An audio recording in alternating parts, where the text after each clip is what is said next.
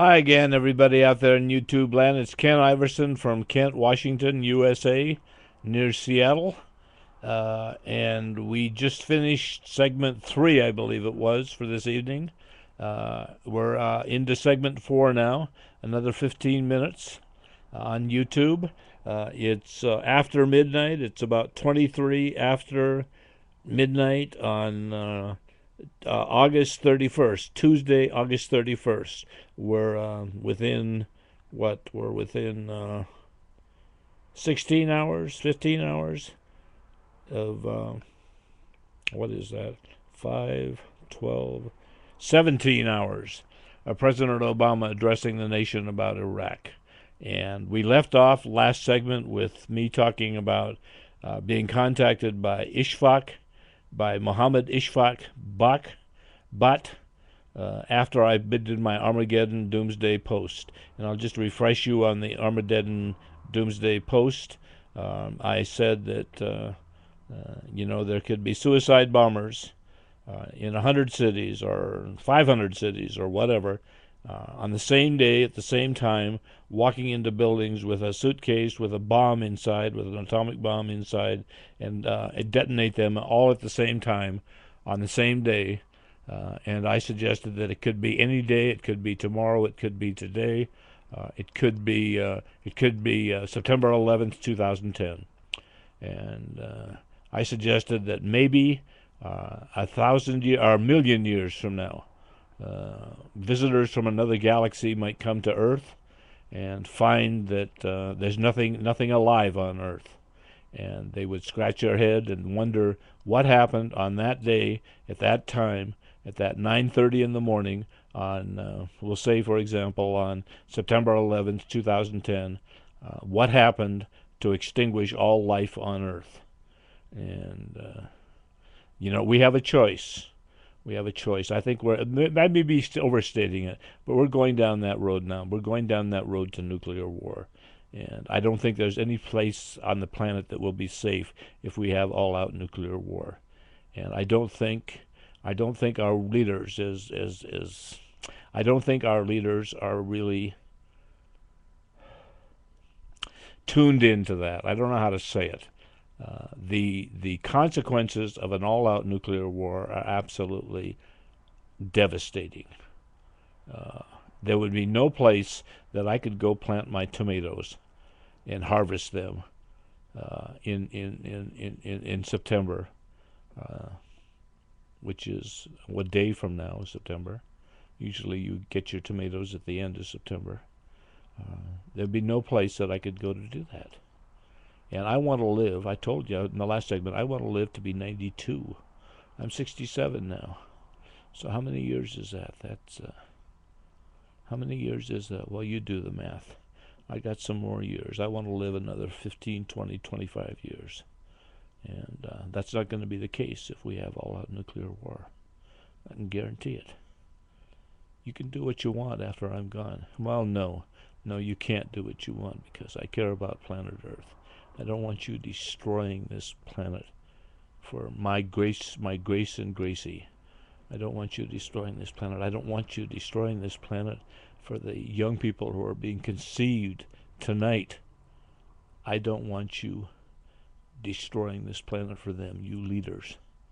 You Netanyahu and Ahmadinejad or whatever your name is, and Obama and Kim Jong-il and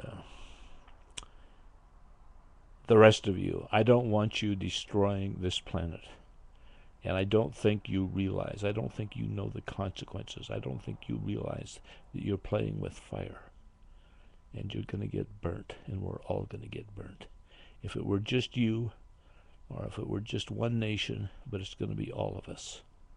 So let me go on. I was sitting here thinking between segments, because it takes a while for the processing of the YouTube video. It takes half an hour, 45 minutes. I was sitting here and I was looking at Bibi. I'm looking at her right now on the cover of Time magazine. And Bibi, I don't know whether you'll ever see this video.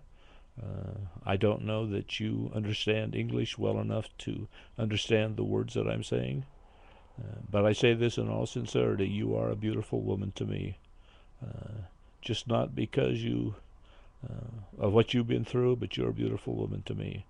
And I know from my new Muslim friends that it's not right to touch a woman, or a man for that matter, during Ramadan, particularly during Ramadan, which we're in the midst of now.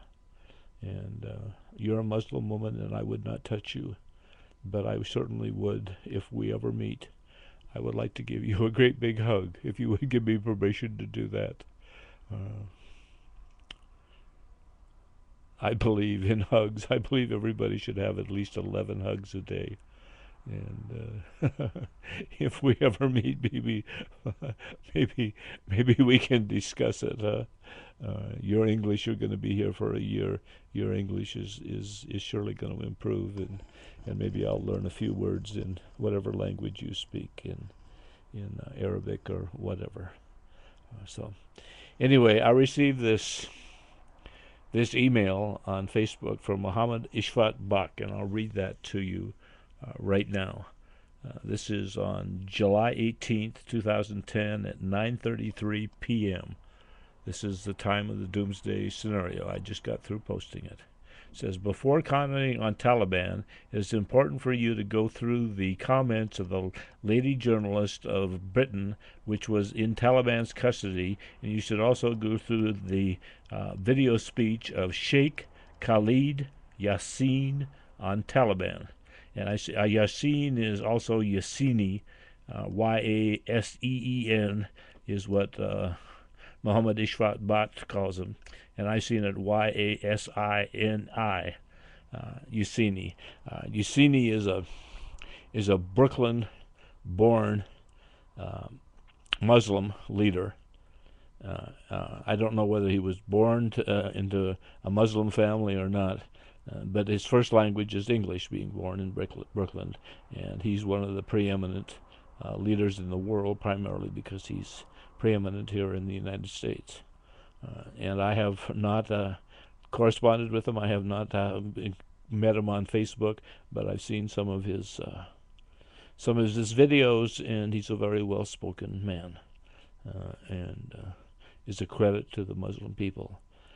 I have, like I said, I have about 2,000 emails from Muslim people all over the world in my inbox right now, and all of them, almost without exception. Some of them can get a little testy, but almost without exception, they are loving, caring, kind people who disavow terrorism of any form. They are young and they're old, and they're concerned about what's going on in their part of the world, particularly in Iraq and Afghanistan. They want to do what's right. They believe in the Prophet, peace be unto him, and inshallah. And I have come to I love some of my Muslim brothers and some of my Muslim sisters, and I didn't know a single Muslim until July 18th of 2010. Now I have about 2,000 emails from Muslims all over the world, so for whatever it's worth. So I received this email from Muhammad Ishfaq Bak, and I just read that to you. And I want to read something else. I sent this to President Obama, and this is from my friend Imran. I won't tell you his last name. I'll tell you that he's a 27-year-old Pakistani student who's studying in the UK. And he wants to come to this country. He loves America. He loves me, and I love Imran. And I sent this copy of his email to President Obama. I put it in an orange folder, and I put it in a manila envelope addressed to President Obama. I have the correct zip code, which I got from the United States Postal Service. And President Obama, you should have received this. I hope you did. And let me read what. How are we doing on time here? Oh, we got plenty of time. Let me read what Imran says, the 27-year-old Pakistani who wants to study in the United States, the one that loves me, and I love Imran. He's a good Muslim. He's a good Muslim. He says to me, the democratic countries of the world have killed more than 100 million innocent civilian people. It's politics, politicians, and leaders fighting with each other, not religion, and don't use the religion as an excuse. UN was formed to bring peace in the world and end wars, apparently, and ironic is that the leading countries, the founders, and the head being USA, are the biggest armaments suppliers of the world. That makes a lot of sense, doesn't it? People, we need to wake up and stop the bulldozer, which are driven by the audacity, I guess, a materialistic system manipulated by puppet politicians of the world. It's the rich sending the poor to kill the poor so that the rich may become richer. And then he signs it, peace. And you can tell that Imran is angry. And the last sentence is the one that struck me. It's the rich sending the poor to kill the poor so that the rich can become richer. Is that what America is about? Are we sending our poorest young men and women, the ones that volunteer to get a college education or to better their way in this world? Are we sending them to fight our wars? Are they the ones that are killing the other poor people, the Taliban in Afghanistan and in Iraq? Is that what we're about? I don't know. I don't know what to tell Imran. I really don't. Maybe that's what we're about.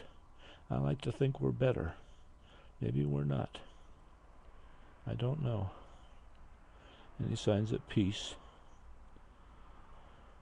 So anyway, they're having problems in Pakistan right now with the floods, and we'll get to that maybe in the next segment.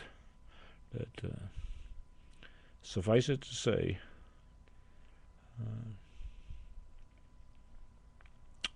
I support everything you stand for, President Obama. You know that. I'm OFA. I have letters from you. I have autographed pictures from you. I have them on my wall. I can see them from where I'm sitting right now. Thank you for your ongoing support. Thanks for your ongoing support, Barack. And you have your finger, you have your head in a pensive look, and I believe you. I believe you. I believe that you value the support of the people that have got you into office and are helping you with healthcare reform and Wall Street reform and lesbian and gay rights and the Recovery and Reinvestment Act and all of that. I believe you. And I support you.